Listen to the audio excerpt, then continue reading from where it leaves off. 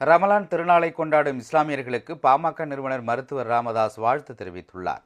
உலகில் அமைதி, வளம், மகிழ்ச்சி, கல்வி, நல்லிணக்கம், சகிப்புத்தன்மை, சகோதரத்துவம் ஆகியவை பெருகுவதற்காக பாடுபடுவதற்கு இந்த நன்னாளில் அனைவரும் உறுதியேற்போம் என்று பாமக தலைவர் அன்புமணி ராமதாஸ் கூறியுள்ளார். பாமக நிறுவனர் மருத்துவர் ராமதாஸ் விடுத்துள்ள வாழ்த்துச் செய்தியில், ரமலான் திருநாள் என்பது ஒரு புனிதமான அனுபவம் என்றும், இஸ்லாம் எத்தகைய நன்னெறிகளை கற்பிக்கிறதோ அவை அனைத்தையும் இஸ்லாமியர்கள் கடைபிடிக்கும் காலம்தான் ரமலான் திருநாள் என்றும் குறிப்பிட்டுள்ளார். இஸ்லாம் கற்பிக்கும் நன்னெறிகளில் முதன்மையானது மதுவை விலக்குதல் என்று கூறியுள்ள அவர், மது அருந்துவதும் மதுவை உற்பத்தி செய்து விற்பதும் சாத்தானின் செயல்கள் என்று நன்னெறி நூலான திருக்குரான் கூறுவதை குறிப்பிட்டுள்ளார். ஈகை திருநாளின் நோக்கம் என்பது அனைவரும் மகிழ்ச்சியாக இருக்க வேண்டும், நிம்மதியாக வாழ வேண்டும் என்பதுதான்.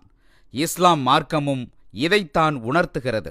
ஆனால் இந்த எண்ணங்களுக்கு மாறாக மது என்ற சாத்தானின் ஆதிக்கம்தான் தமிழ்நாட்டில் தலைவிரித்தாடுகிறது. மது அரக்கனை ஒழிக்கும் நாளில்தான் தமிழ்நாடு புனிதம் பெறும். அந்த எதிர்பார்ப்பு நிறைவேற வேண்டும்.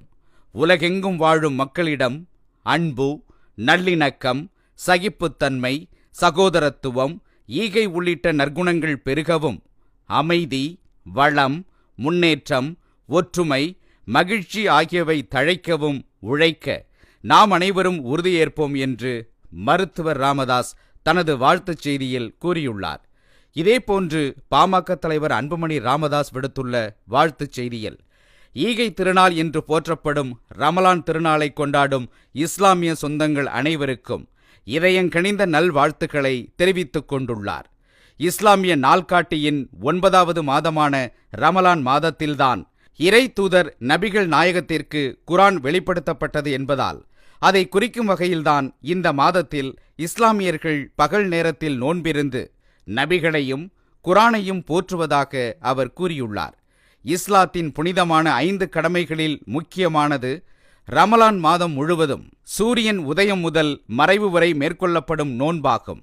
இது பற்றி இறைவன் அவரது திருமறையில், மனித வாழ்க்கையில் அகமும் புறமும் தூய்மையடைய ஒரு பயிற்சிதான் நோன்பு என்று குறிப்பிடுகிறார்.